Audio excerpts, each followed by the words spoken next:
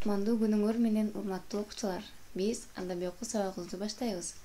Бүгүнкү сабагыбыздын темасы сөз оюндары.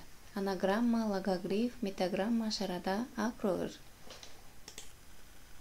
Сабактын максаты: бүгүнкү сабакта силер сөз оюндары жөнүндө маалымат аласыңар, китепти окуу менен элестүү, көрктүү сүйлөөгө машыгасыңар, кыргыз тилин терең билүүгө, тапкычтыкка, туура, так сүйлөөгө үйрөнөсүңөр деп ишенемин. Андай эмесе сабагыбызды баштайбыз, балдар. Анаграмма. Анаграмма деген сөз оюну. Бул адегенде табышмакталган сөздү таап, андан кийин ал сөздү айрым тамгалардын ордун алмаштыруудан жаңы сөз алынуучу сөз оюну. Демек, балдар, көрдүңөрбү? Анаграмма деген биз адегенде бир табышмактын жообун табабыз, андан кийин ал сөздөгү айрым тамгалардын ордун алмаштырсак, бизге жаңы сөз пайда болсо, биз аны анаграмма сөз оюну деп атайбыз. Мисалы, жолборс түстүү бир өңдү, жакшы ойлосоң табасың, тамгаларын которсоң бир идишти аласың. Демек, балдар, жолборс түстүү деп жатат. Демек, жолборстун түсү кандай болот? Туура, жолборстун түсү чаар түс дейбиз. Андай эмесе, чаар деген сөздүн биз тамгаларын которсок, тамгаларын алмаштырсак, бир идишти аласың дейт. Чара. Демек, чара деген бизге бир идишти таап алдык. Демек, балдар, көрдүңөрбү? Тамгалардын ордун алмаштыруу менен пайдалануучу жаңы сөздөр бар анаграмма сөз оюну деп аталат. Качыратып кар басып, кыш мезгилде киесиң, алмаштырсаң тамгасын, өкүнүчтү билесиң. Демек, балдар, биз кыш мезгилинде эмнени киебиз кар басканда?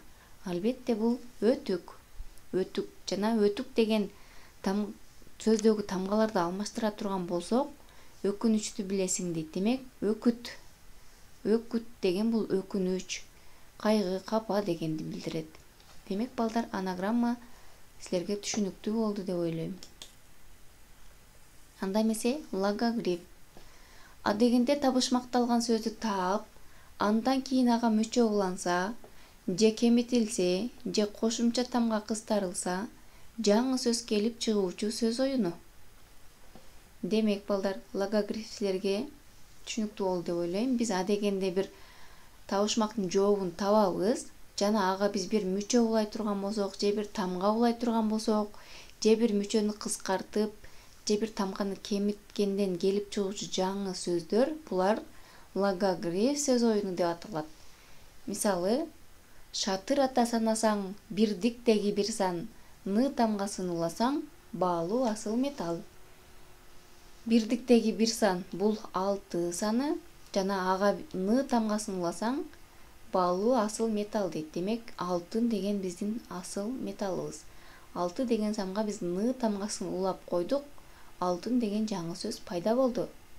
Демек, балдар, биз ушуну логогриф сөз оюну деп атайбыз. 3 тамгадан аты бар, ушул айды ким сүйбөйт, башына саа уласаң, анда желге үлпүлдөйт. Демек, балдар, бул силерге түшүнүктүү болду. Бул айдын атын табасыңар, жана ал айдын атына саа деген мүчөнү улап, жообун жөнөтөсүңөр мага.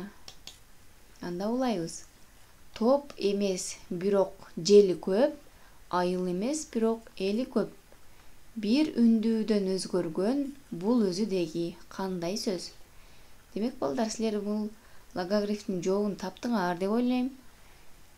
Топ эмес, бирок жели көп, айыл эмес, бирок эли көп деген бул логогрифтин жообун да өзүңөр табууга аракет кылгыла. Андай эмесе, балдар, метаграмма сөз оюнуна келдик. Метаграмма сөз оюну бул адегенде табышмакталган сөздү таап, андан кийин ал сөздөгү бир тамганы башка тамгага алмаштыруудан сөздүн мааниси өзгөргөн оюн. Демек, балдар, метаграмма деген биз адегенде табышмактын жообун табабыз, жана ал жооптогу сөздүн бир тамгасын алмаштыра турган болсок, өзгөртө турган болсок, бизге жаңы сөз пайда болсо, демек, биз аны метаграмма деп атайбыз. Мисалы, кы тамга менен башталса, кишинин болот жашы, ты тамга менен башталса, турган үйүңдүн аты. Демек балдар, бул метаграмманы табууга силерге жардам берейин. К тамга менен башталса, кишинин болот жашы. Демек биз адамдардын жашын эмне деп атайбыз? Албетте курак. Жаш курак дейбиз. Ал эми К тамганы Т тамга менен алмаштыра турган болсок, турак. Турак бул биздин үйүбүздүн жашаган турак жайыбыздын биз турак деп атайбыз.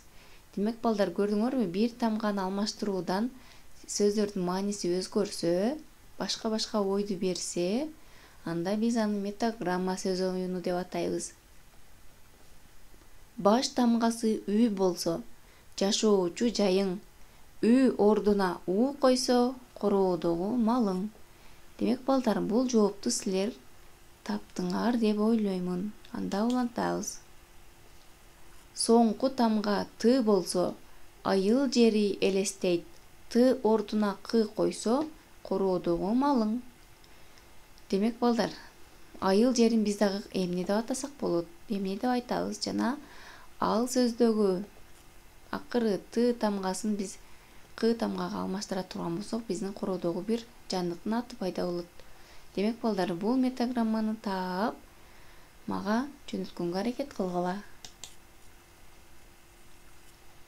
Анда эмесе шарада сөз оюну.